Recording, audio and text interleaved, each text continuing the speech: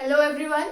Last lecture में हमने sodium borohydride और उसके डेरिवेटिव्स को स्टडी किया था। साथ में प्रीवियस ईयर के क्वेश्चंस भी हमने वहाँ पे डिस्कस किए थे उसके डेरिवेटिव्स के साथ जो आए थे।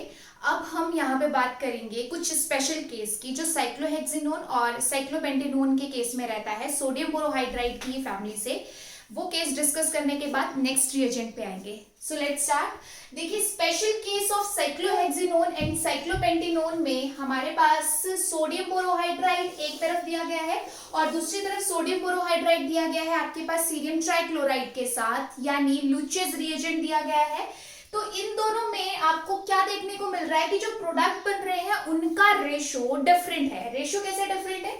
जब सिंपल सोडियम बोरोहाइड्राइड आप लोग यूज कर रहे हो तो आपको 1-2 एडिशन का प्रोडक्ट मिल रहा है 59% और 1-4 एडिशन का प्रोडक्ट मिल रहा है आपको 41%, यानी आप कह सकते हो 60-40 की रेशो है।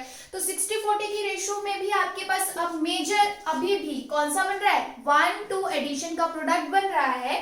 तो सोडियम बोरोहाइड्राइड जनरली भी 1-2 एडिशन ही करता है, 1-4 एडिशन को ज्यादा प्रेफरेंस नहीं देता। अब मैं बात करूं अगर सोडियम बोरोहाइड्राइड के साथ सीरियम ट्राइक्लोराइड की यानी लुचिस रिएजेंट की, तो वो 99% दे रहा है आपको 1-2 एडिशन का प्रोडक्ट और जो 1-4 एडिशन है उसके जस्ट 1% चांसेस है कि वो बन सकता है। यानी आप इस एग्जांपल में क्या देख रहे हो कि जब साइक्लोहेक्सिनोन रहेगा तो सोडियम बोरोहाइड्राइड होगा, तब भी वो मेजर 1-2 एडिशन का ही प्रोडक्ट देगा। और अगर सोडियम बोरोहाइड्राइड सीरियम ट्राइक्लोराइड के साथ होगा तब भी वो 1-2 एडिशन का प्रोडक्ट ही मेजर देगा।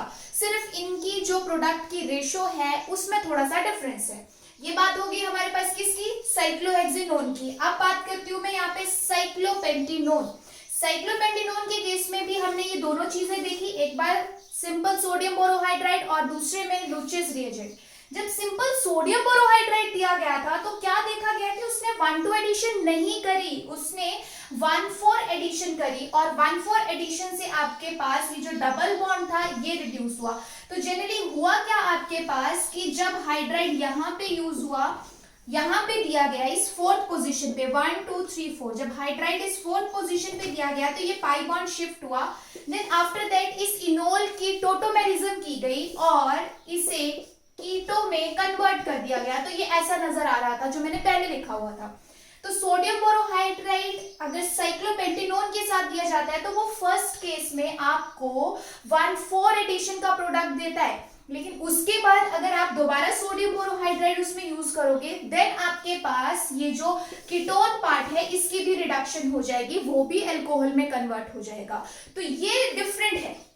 बाकी चीजें तो आपकी नॉर्मल ही चल रही थी अभी तक जो हमने पढ़ा, बस ये वाला केस डिफरेंट है कि साइक्लोपेंटेनोन के साथ जब सिंपल सोडियम बोरोहाइड्राइड दिया जाता है तो वो फर्स्ट स्टेप में 1-4 एडिशन करता है। अगर उसके बाद फिर से सोडियम बोरोहाइड्राइड दिया जाएगा तब जाके आपको ये अल्कोहल मिलेगा जो देखने में 1-4 एडिशन का प्रोडक्ट लगता है, बट एक स्टेप से आपके पास यहाँ 1-2 एडिशन नहीं होगी, 1-4 एडिशन होगी। ये याद रखिएगा। और बात अगर मैं करूं यहाँ पे लुचिस रिएजेंट की, तो वो अभी भी यहाँ पे 1-2 एडिशन करके कीटोन को ही अल्कोहल में कन्वर्ट कर रहा है, डबल बॉन्ड को कोई फर्क नहीं पड़ रहा और ऑलमोस्ट 97% मिल रहा है। इट मींस वो अभी भी बेसिक जैसे काम करता है वैसे ही कर रहा है। तो sodium borohydride with cerium trichloride यानी लुचिस रिएजेंट चाहे साइक्लोहेक्सिनोन के साथ है चाहे साइक्लोपेंटेनोन के साथ है, दोनों में ही आपके पास 1-2 एडिशन वाला प्रोडक्ट ही मेजर बन रहा है और काफी अच्छी यील्ड में बन रहा है। लेकिन जो सोडियम बोरोहाइड्राइड है उसमें थोड़ा सा डिफरेंस देखने को मिल रहा है कि वो 1-2 और 1-4 दोनों एडिशन के प्रोडक्ट दे रहा है।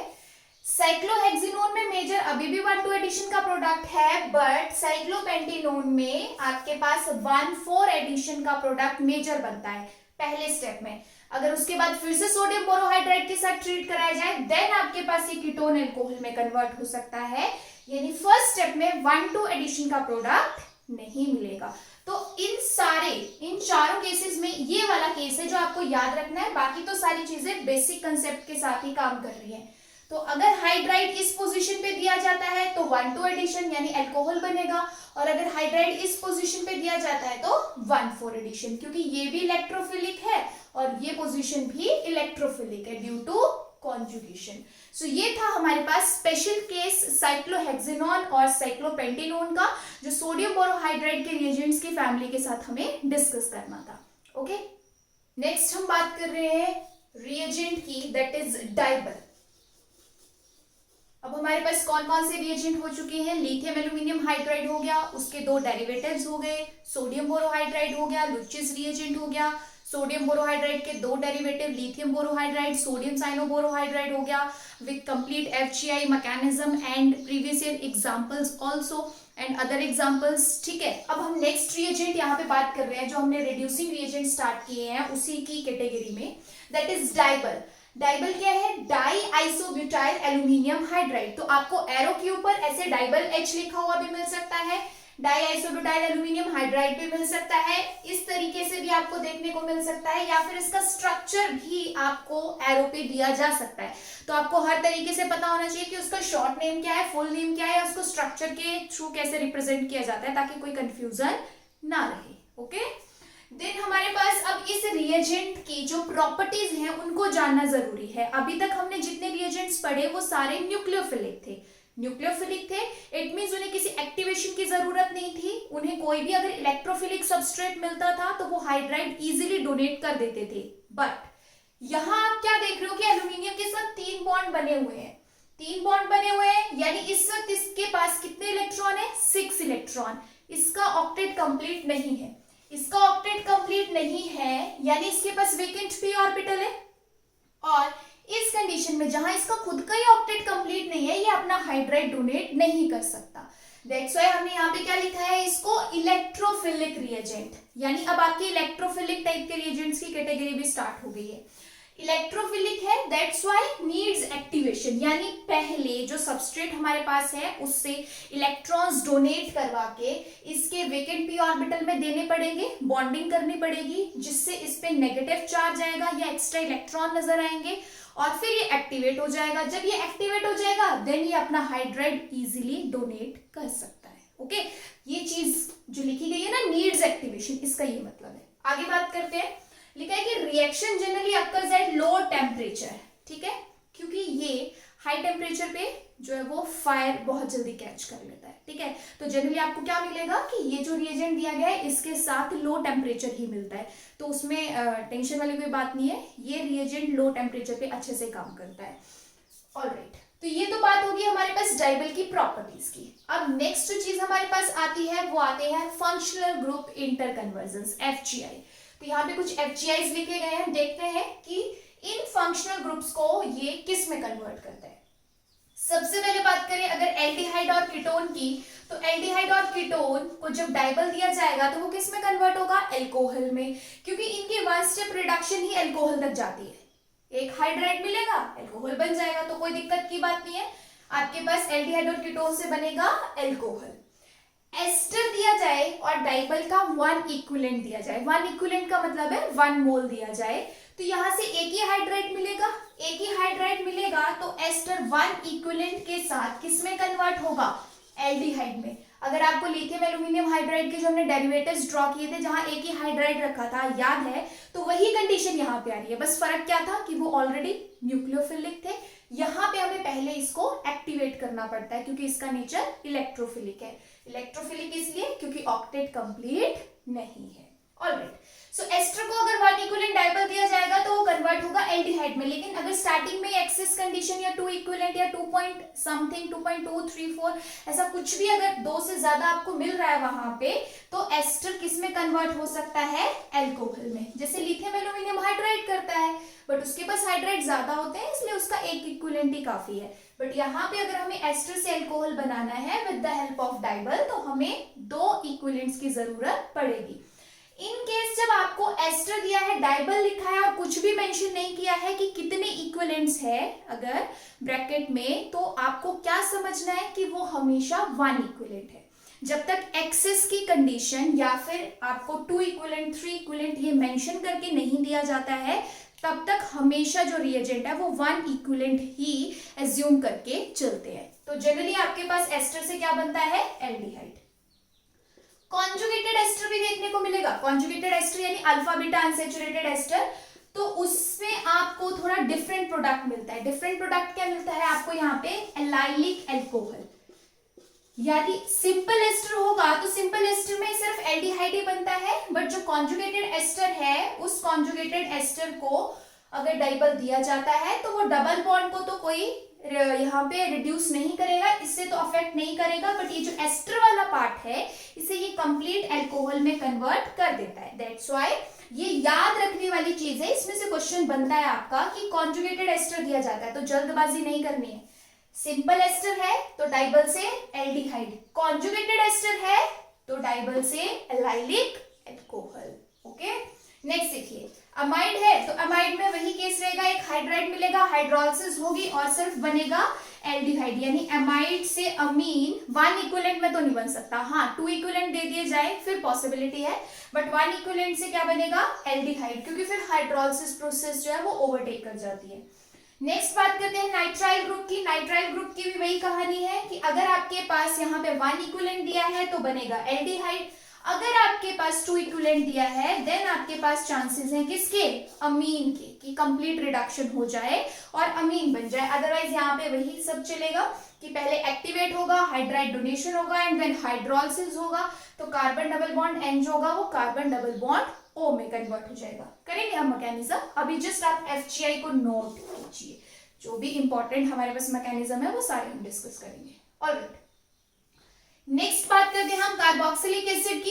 कार्बोक्सिलिक एसिड में भी अगर 1 इक्विवेलेंट रहेगा तो बनेगा एल्डिहाइड, और अगर आपके पास 2 इक्विवेलेंट या मोर देन 2 इक्विवेलेंट देते हैं देन ये कंप्लीट रिडक्शन करके बना सकता है एल्कोहल।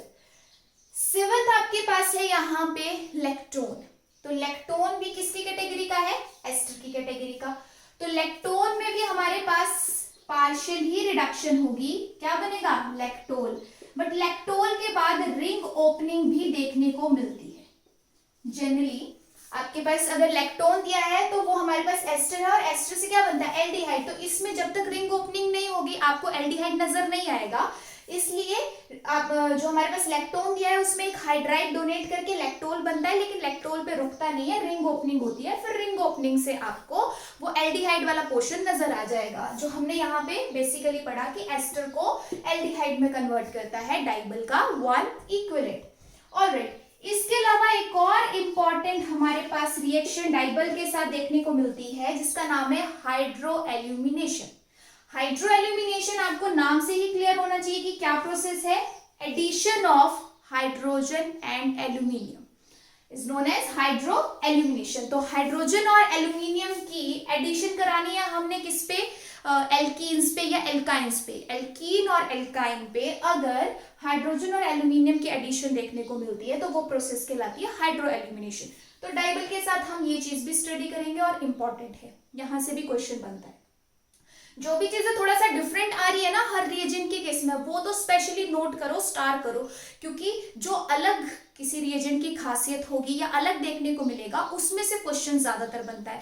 जो काम हर कोई रिएजेंट कर रहा है, जो हर कोई कर सकता है, उसके लिए ज्यादा जाना नहीं जाता है। जो बेसिक कंसेप्ट है यूनिवर्स का, ठीक है, अगर कुछ यूनिकनेस होगी तभी लोग अट्रैक्ट होते हैं आपकी तरफ। दैट्स व्हाई यहाँ भी रिएजेंट वैसा ही कुछ कर रहे हैं, जो एक अलग सा काम कर रहे हैं बढ़िया कुछ, उसके बेसिस पे क्वेश्चन बहुत अच्छे बनते हैं। और जो काम हर कोई कर सकता है फिर उसके लिए किसी एक को खास याद नहीं किया जाता। चलो नेक्स्ट है हमारे पास एसिड क्लोराइड। एसिड क्लोराइड में अगर एक हाइड्राइड दिया जाएगा तो ऑब्वियस सी बात है यहाँ पे क्या बनेगा, एल्डिहाइड, क्योंकि क्लोराइड है तो वो लीव कर जाएगा और सिंगल हाइड्राइड की एडिशन से एल्डिहाइड बन सकता है।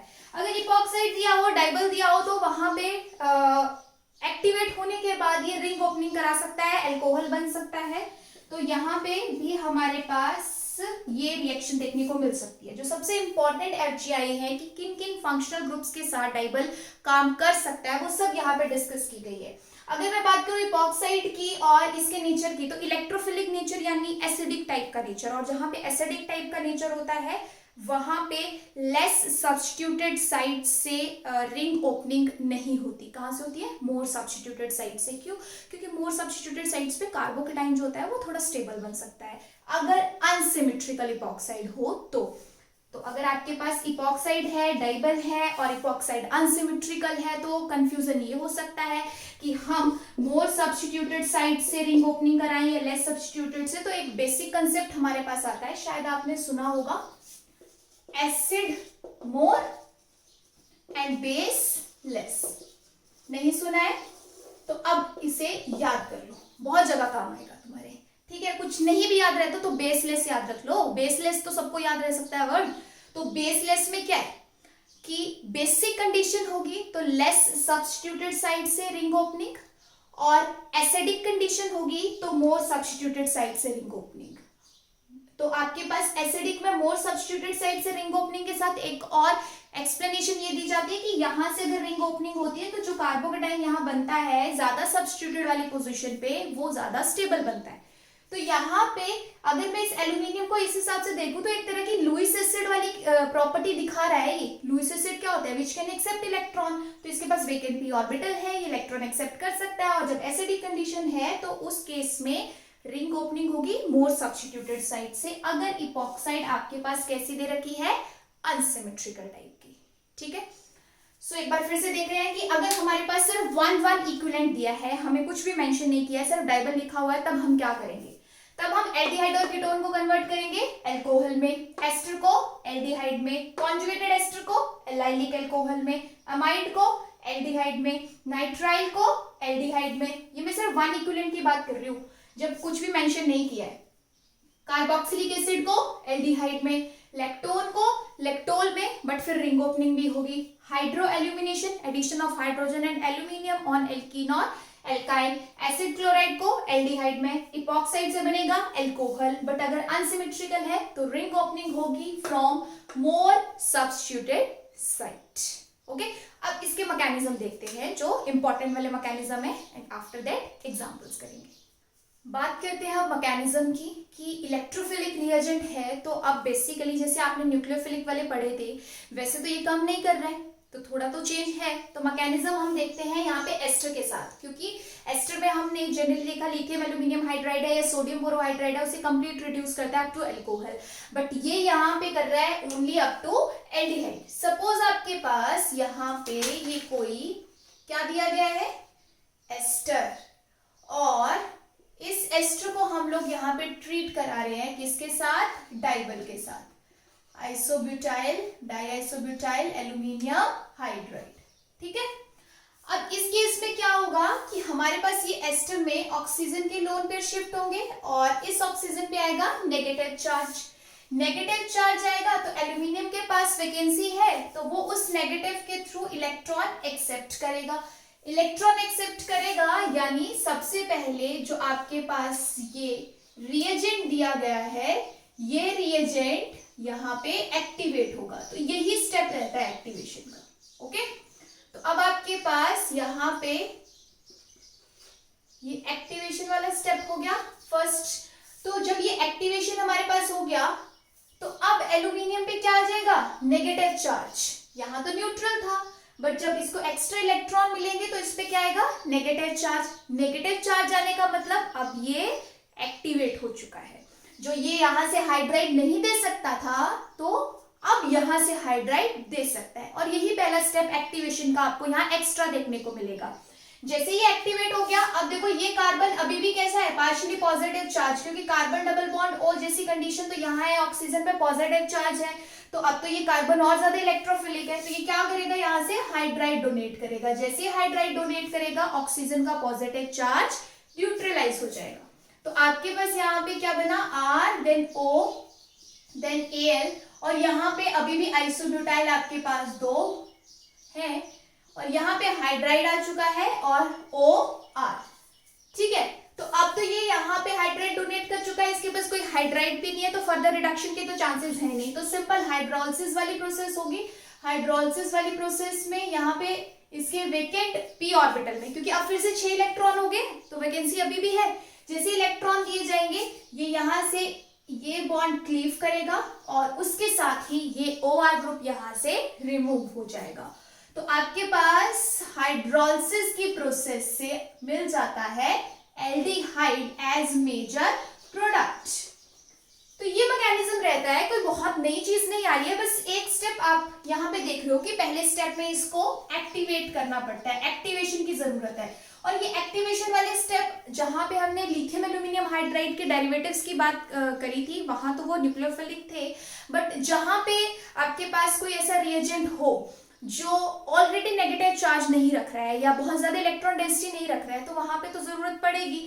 तो जिन भी स्पीशीज के पास इलेक्ट्रॉन डेंसिटी ज्यादा होती है, एस्टर हो गया, एमाइड हो गया, जो इजीली दे सकते हैं, उनके साथ फटाफट ये रिएक्ट करता है, एक्टिवेट होता है, हाइड्राइड डोनेट करता है। आफ्टर दैट हाइड्रोलिसिस के प्रोसेस से जो ये टेट्राहेड्रल इंटरमीडिएट आपके पास बना होता है, ये ब्रेक होता है, और ये टेट्राहेड्रल इंटरमीडिएट ब्रेक होने के बाद हाइड्रोलिसिस की प्रोसेस के बाद आपको दे देता है एल्डिहाइड एज मेजर प्रोडक्ट। ठीक है, अगर 2 इक्विवेलेंट रहेगा तो ऑब्वियस सी बात है, फिर एल्डिहाइड को फर्दर हाइड्राइड मिल जाएगा, तो एल्डिहाइड किस में कन्वर्ट हो जाएगा, एल्कोहल में। इसलिए हमने लिखा था कि 1 इक्विवेलेंट के साथ एल्डिहाइड, 2 इक्विवेलेंट के साथ एल्कोहल। चलो नेक्स्ट बात करते हैं लेक्टोन की। तो लेक्टोन भी आपके पास एस्टर ही है, ये एसाइक्लिक है, ये साइक्लिक है, ठीक है, साइक्लिक एस्टर इज लेक्टोन। तो इसमें भी आपके पास जो प्रोसीजर है वो ऑलमोस्ट सेम ही जाएगा। ऑक्सीजन ने यहाँ इलेक्ट्रॉन शिफ्ट किए, इस ऑक्सीजन पे बना नेगेटिव चार्ज, वो नेगेटिव चार्ज इसने एल्यूमिनियम को डोनेट किया ताकि इसे एक्टिवेट कर सके, और जैसे ही आपके पास यहाँ एल्यूमिनियम जुड़ेगा, अब इस पे क्या आ चुका है, नेगेटिव चार्ज। जैसे इस पे नेगेटिव चार्ज आएगा, अब ये हाइड्राइड डोनेट करेगा और ऑक्सीजन का पॉजिटिव चार्ज कर देगा, न्यूट्रलाइज। जैसे इसने यहाँ पे न्यूट्रलाइज किया, अब हमारे पास क्या बन जाएगा, एक तो ये ऑक्सीजन और एल्यूमिनियम का बॉन्ड और साथ में हाइड्राइड। ठीक है, तो यहाँ पे अगेन हाइड्रोलिसिस वाली प्रोसेस होगी, हाइड्रोलिसिस वाली प्रोसेस होगी तो ये बॉन्ड क्लीव करेगा, और बॉन्ड क्लीव करने के साथ यहाँ पे होगी रिंग ओपनिंग, जो आफ्टर वर्कअप की प्रोसेस के यहाँ पे तो देगा आपको एल्डिहाइड, बट यहाँ पे बन जाएगा OH। जिसे यहाँ पे दिक्कत हो कि कैसा सबस्ट्रेट बनने वाला है रिंग ओपनिंग के बाद, वो नंबरिंग सिस्टम यूज कर सकता है। नंबरिंग सिस्टम से कभी भी आपका क्वेश्चन गलत नहीं होगा। तो ये कार्बन अगर आपका फर्स्ट है, ये सेकेंड, ये थर्ड, ये फोर्थ, एंड आफ्टर दैट ये फिफ्थ। तो इस तरीके से आपके पास यहाँ पे 5th पोजीशन पे जो O नेगेटिव बनेगा वो वर्कअप की प्रोसेस से यानी H+ लेके OH बन जाएगा, न्यूट्रलाइज हो जाएगा, और यहाँ पे कार्बन डबल बॉन्ड O और H है तो क्या बन जाएगा, एल्डिहाइड। तो कहानी अभी भी सेम है, बस सबस्ट्रेट डिफरेंट है। यहाँ भी डाइबल 1 इक्विवेलेंट के साथ एल्डिहाइड दे रहा है, यहाँ पे भी डाइबल 1 इक्विवेलेंट के साथ एल्डिहाइड दे रहा है, बट साथ में हाइड्रोक्सी ग्रुप भी देखने को मिलता है। तो ये हमारे पास पार्शियल रिडक्शन के प्रोडक्ट है, कंप्लीट नहीं हो पाती है। कंप्लीट क्यों नहीं हो पाती है, क्योंकि हाइड्राइड ही नहीं है। अगर कंप्लीट रिडक्शन कराना चाहते हो तो आपको फिर फर्दर और इक्विवेलेंट्स प्रोवाइड करने पड़ेंगे इस रिएजेंट के। ठीक है, नेक्स्ट हम एक और बात करते हैं, नाइट्राइल दिया गया था आपको FGI में। नाइट्राइल में हमने लिखा था कि 1 इक्विवेलेंट रहेगा तो नाइट्राइल से क्या बनता है, एल्डिहाइड, और 2 इक्विवेलेंट्स रहेंगे या ज्यादा दिया जाता है तो नाइट्राइल से बन सकता है अमीन। तो एक बार मैं उसको भी डिस्कस कर देती हूँ कि नाइट्राइल के केस में, क्योंकि शायद वो पहले नाइट्राइल किसी भी रिएजेंट के साथ मेंशन नहीं किया गया है, तो वो हम देख लेते हैं कि नाइट्राइल में कैसे होता है। चलो, नाइट्राइल में ये आपके पास आ गया कोई सबस्ट्रेट, एग्जांपल लिया है हमने, और यहाँ पे है डाई आइसोब्यूटाइल एल्यूमिनियम हाइड्राइड। ठीक है जी, तो नाइट्रोजन के पास लोन पेयर है, लोन पेयर डोनेट करेगा और एल्यूमिनियम के साथ बॉन्डिंग करेगा, क्योंकि भाई जब तक बॉन्डिंग नहीं होगी तब तक एक्टिवेशन नहीं होगी, जब तक एक्टिवेशन नहीं होगी हाइड्राइड नहीं मिल सकता यहाँ पे।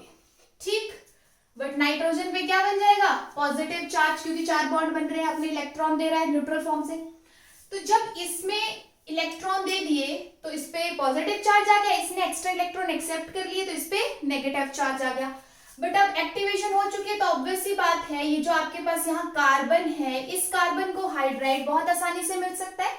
जैसे इसे हाइड्राइड मिलेगा, ये जो नाइट्रोजन है इसका पॉजिटिव चार्ज न्यूट्रलाइज हो जाएगा, क्योंकि देखो हाइड्राइड यहाँ आया H नेगेटिव लेके, H नेगेटिव लेके आया तो कार्बन को मिले एक्स्ट्रा इलेक्ट्रॉन, कार्बन को एक्स्ट्रा इलेक्ट्रॉन मिलेंगे तो वो फिर ये जो कार्बन नाइट्रोजन के इलेक्ट्रॉन है ये नाइट्रोजन की तरफ शिफ्ट कर देगा, क्योंकि पॉजिटिव चार्ज यही है, डेफिशिएंसी यही है, तो इसको वापस से इसका लोन पेयर मिल जाएगा, लोन पेयर मिल जाएगा तो न्यूट्रलाइज हो जाएगा। चलो ये बात हो गई, हाइड्राइड आ गया, डबल बॉन्ड N हो गया, और ये रहा aluminium with isobutyl and isobutyl. Then simple आपके पास होगी हाइड्रोलिसिस की प्रोसेस, और हाइड्रोलिसिस की प्रोसेस में आपको कई बार ये क्लास में बताया जा चुका है कि जब भी आपके पास कार्बन डबल बॉन्ड N हो और हाइड्रोलिसिस कराया जाए तो बिना मैकेनिज्म के आप उसे कार्बन डबल बॉन्ड O में कन्वर्ट कर सकते हो। जो भी ये नाइट्रोजन वाला पार्ट है ये लीव कर जाएगा और आपके पास हाइड्रोलिसिस से यहाँ पे बन जाएगा एल्डिहाइड, राइट। और अगर मैकेनिज्म की बात करनी है, थोड़ा सा आपको कंफ्यूजन हो रहा है कि कैसे होता है, तो आपके पास ये नाइट्रोजन पहले प्रोटॉन लेके खुद को प्रोटोनेट करेगा, पॉजिटिव चार्ज आएगा तो वाटर इस पे अटैक करता है तो फिर इसका पॉजिटिव न्यूट्रलाइज होता है तो उसके बाद यहाँ पे जो ये वाटर OH गया होता है, फिर ऑक्सीजन के इलेक्ट्रॉन जाके इस पूरे ग्रुप को लीव कर देते हैं, और जब ऑक्सीजन के इलेक्ट्रॉन यहाँ वापस आएंगे तो डबल बॉन्ड बन जाएगा। ये सिंपल सा मैकेनिज्म है बेसिक हाइड्रोलिसिस का, जो काफी बार आपको क्लास में कराया जा चुका है, ठीक है। वही चीज हमने यहाँ करी। तो ये नाइट्राइल का केस है, और नाइट्राइल के केस में आपके पास यहाँ पे हाइड्रोलिसिस ओवरकम कर जाती है।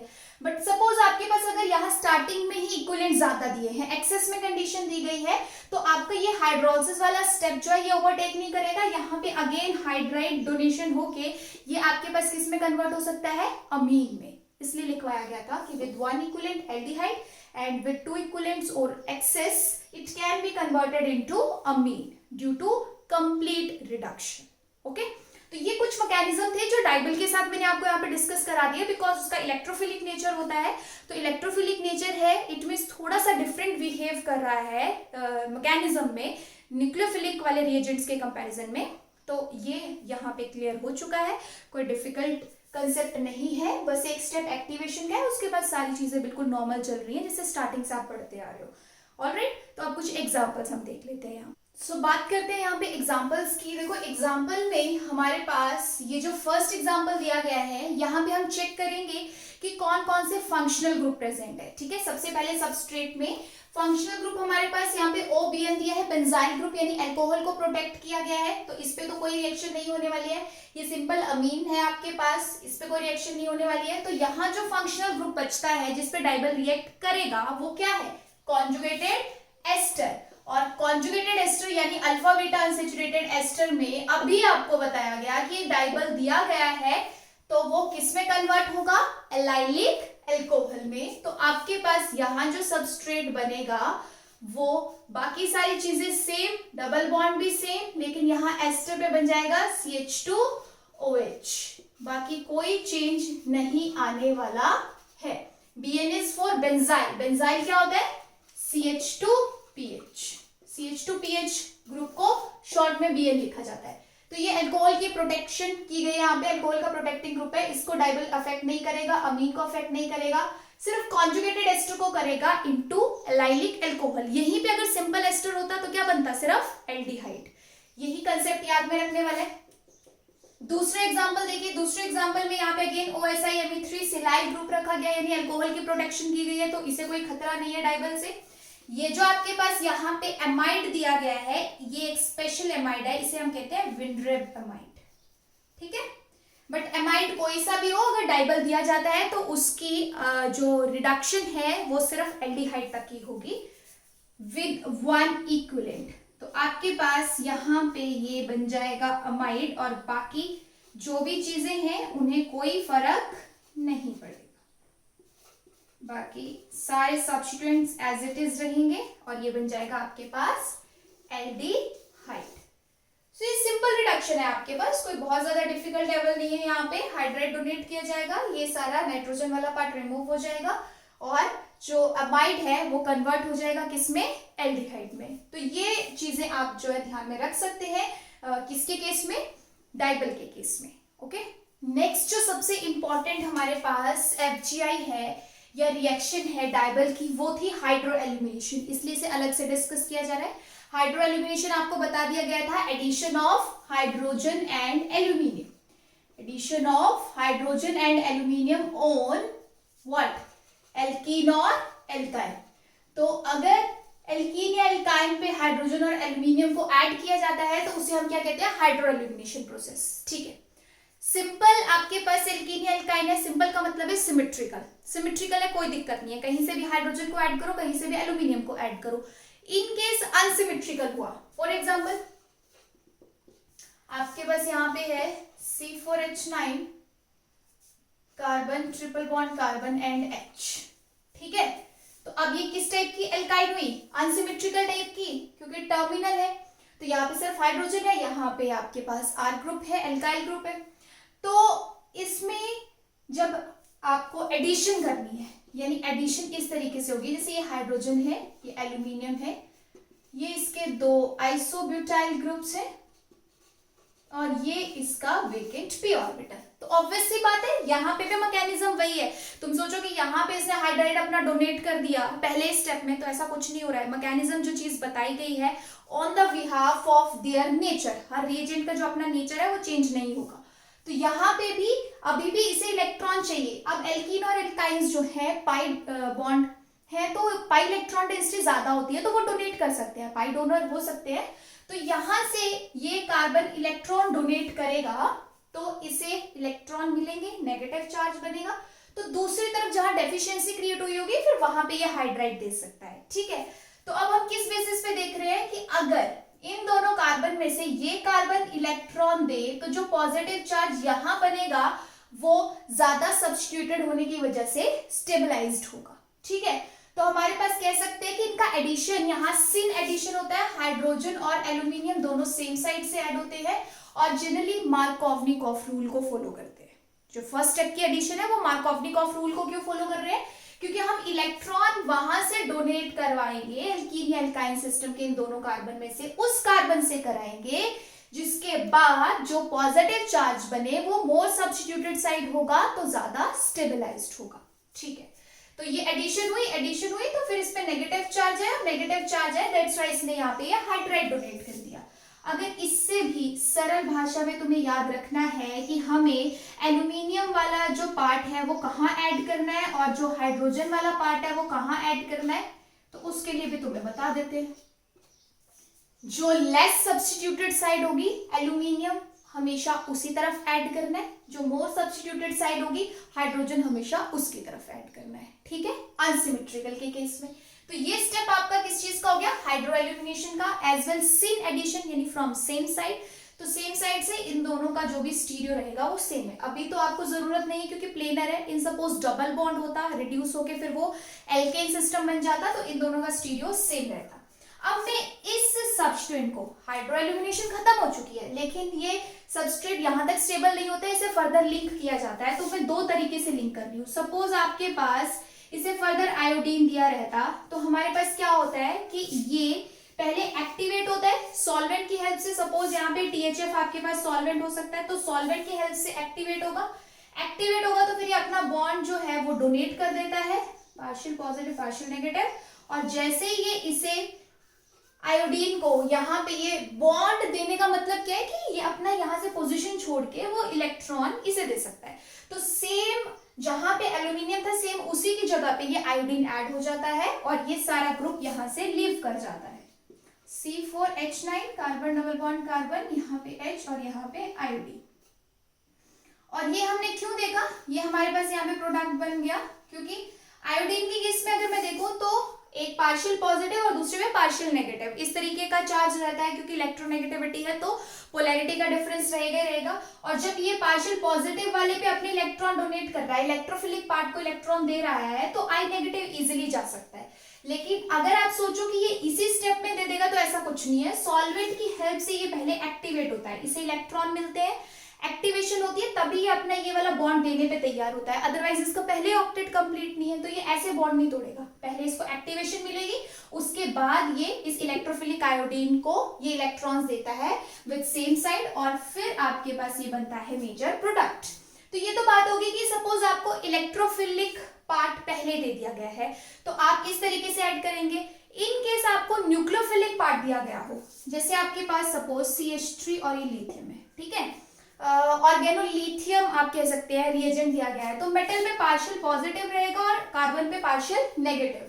तो अब आपके पास न्यूक्लियोफाइल दिया है, यहाँ पार्शियल पॉजिटिव क्या था, इलेक्ट्रोफाइल, तब तो ये हुआ। अगर न्यूक्लियोफाइल दिया है तो न्यूक्लियोफाइल कहाँ अटैक करेगा, इसके वेकेंट p ऑर्बिटल में, क्योंकि न्यूक्लियोफाइल ने इलेक्ट्रॉन डोनेट करने हैं और यहाँ जो सबसे बेटर एक्सेप्ट कर सकता है वो एल्यूमिनियम ही है। तो जैसे ही ये यहाँ पे न्यूक्लियोफाइल के साथ रिएक्ट कराया जाएगा, इलेक्ट्रॉन एक्सेप्ट हो चुके हैं एल्यूमिनियम में, यानी CH3 इसके साथ जुड़ गया है और ये आइसोब्यूटाइल के 2 ग्रुप्स, बट अब इस पे क्या आ चुका है, नेगेटिव चार्ज। अब तुम कोई भी इलेक्ट्रोफाइल अगर नेक्स्ट स्टेप में रखते हो तो अपना ये वाला बॉन्ड ये बहुत आसानी से क्लीव कर सकता है, ठीक है, जो ज्यादा सब्स्टिट्यूटेड बल्कि ग्रुप होता है वो इजीली यहाँ पे लीव हो सकता है। सपोज मैंने यहाँ पे इसको दे दिया कार्बन डाइऑक्साइड, तो कार्बन डाइऑक्साइड में हमारा ये जो कार्बन है 2 ऑक्सीजन की वजह से partial positive, double partial positive charge रख रहा है, तो इलेक्ट्रोफिलिक है, दैट्स व्हाई ये यहाँ पे अटैक करेगा और जैसे अटैक करेगा ये लीव कर जाएगा ग्रुप और O नेगेटिव वर्कअप की प्रोसेस के बाद यहाँ पे क्या ऐड कर देगा, कार्बोक्सिलिक एसिड। तो ये कार्बन डबल बॉन्ड कार्बन, यहाँ पे H, यहाँ क्या जाएगा COOH, क्योंकि C डबल बॉन्ड O और ये OH वर्कअप के बाद। तो एक स्टेप मैंने लास्ट वाला भी यहाँ पे साथ में बता दिया है। और ये आपके पास रिएक्शन देखने को मिल सकती है किस केस में, हाइड्रो एल्यूमिनेशन के केस में, कि अगर तो आपके पास सिमेट्रिकल दे रखी है फिर कोई दिक्कत नहीं है, तुम हाइड्रोजन एल्यूमिनियम कहीं से भी ऐड कर सकते हो, दोनों तरीके से एक ही प्रोडक्ट बनेगा। बट इन केस अगर अनसिमेट्रिकल है तो अनसिमेट्रिकल में ये याद रखिएगा कि पहली बात तो सिन एडिशन होगी, हाइड्रोजन और एल्यूमिनियम दोनों एक साइड से ऐड होंगे, above the plane below the plane हमेशा सेम रहेगा। और दूसरी बात कि आपके पास जो एडिशन है वो इस फर्स्ट स्टेप में जनरली मार्कोवनिकॉफ रूल को फॉलो करती है। और मार्कोवनिकॉफ रूल को कैसे फॉलो कर रही है कि जब इसमें से इलेक्ट्रॉन दिलाए जाएंगे एल्यूमिनियम को एक्टिवेट करने के लिए, तो उसके बाद बनने वाला कार्बोकैटायन स्टेबल होना चाहिए कंपैरेटिव टू अदर। तो ये हमने करेक्ट कर दिया कि मोर सब्स्टिट्यूटेड वाला कार्बोकैटायन स्टेबल होता है, इसलिए इसको हाइड्राइड मिल जाएगा और एल्यूमिनियम से मिल जाएगा, जी होगी हाइड्रो एल्यूमिनेशन। अब हाइड्रो एल्यूमिनेशन के बाद जनरली रिएक्शन को जो फर्दर लिंक किया जाता है, या तो आपको इलेक्ट्रोफिलिक कुछ दिया जा सकता है या पहले न्यूक्लियोफिलिक फिर इलेक्ट्रोफिलिक कुछ दिया जा सकता है। तो इस तरीके से अगर तो इलेक्ट्रोफिलिक दिया है तो सॉल्वेंट की हेल्प से उसे एक्टिवेट करा के जो इलेक्ट्रोफिलिक वाला पार्ट है, यानी आयोडीन जैसे पार्शियल पॉजिटिव है, वो उसकी जगह पे ऐड हो जाता है एग्जैक्ट। बट अगर न्यूक्लियोफाइल दिया तो पहले न्यूक्लियोफाइल एल्यूमिनियम के वेकेंट p ऑर्बिटल में बॉन्ड बनाएगा, उस पे नेगेटिव चार्ज आएगा और फिर नेगेटिव चार्ज जब आ गया तो उसका ये बल्कि वाला जो ये सब्स्टिट्यूएंट है ये बॉन्ड क्लीव होने के लिए रेडी हो जाता है किसी भी अदर इलेक्ट्रोफाइल के साथ, यानी फिर इस इलेक्ट्रोफिलिक पोजीशन पे अटैक होके और वर्कअप करा के आपको ऐसा कुछ प्रोडक्ट मिल सकता है। यहाँ आप कोई भी इलेक्ट्रोफाइल यूज कर सकते हो, जैसे मैंने यहाँ पे ये कार्बन डाइऑक्साइड को किया है। सो this is all about hydro illumination, important part है। और इसमें आपको जो ऑप्शंस मिलते हैं उन ऑप्शंस में फर्क क्या होता है, किसी में हाइड्रोजन इस तरफ होगा, किसी में हाइड्रोजन इस तरफ होगा, तो उनकी पोजीशन शिफ्ट की होगी। दूसरा आपके पास सिस होगा, ट्रांस होगा, या कई बार आयोडीन यहाँ ऐड किया तो दूसरा आयोडीन यहाँ ऐड किया होगा। तो इस तरीके के क्वेश्चन जब आते हैं तो उसमें सिर्फ और सिर्फ मैकेनिज्म ही हेल्प करती है। जैसे आपको जो पहले मैंने करवाया कि जी अमाइड है, अमाइड से एल्डिहाइड बना दो, कॉन्जुगेटेड एस्टर है, एलाइलिक अल्कोहल बना दो, तो उस केस में आपको मैकेनिज्म की जरूरत नहीं पड़ी, लेकिन इस तरीके के क्वेश्चन में मैकेनिज्म की जरूरत पड़ती है। दैट्स व्हाई आप लोग FGI को भी पढ़िए, शॉर्ट ट्रिक्स को भी याद रखिए, और साथ के साथ जो मैकेनिज्म स्पेशली डिस्कस किए जा रहे हैं उन्हें अच्छे से ध्यान में रखिएगा, क्योंकि उनसे मैकेनिज्म से रिलेटेड भी क्वेश्चन आ जाते हैं। तो आधा अधूरा नॉलेज लेके नहीं जाना है, जो कंप्लीट यहाँ पे डिस्कस किया जा रहा है उसे अच्छे से क्लियर कर लेना है। Okay, so this is all about DIBAL, diisobutyl aluminium hydride, important reagent है, क्वेश्चन काफी बार इससे आता है। तो ये सब चीजें जो इम्पोर्टेंट है इस रिएजेंट में आपके सिलेबस के अकॉर्डिंग वो देखी जाती है।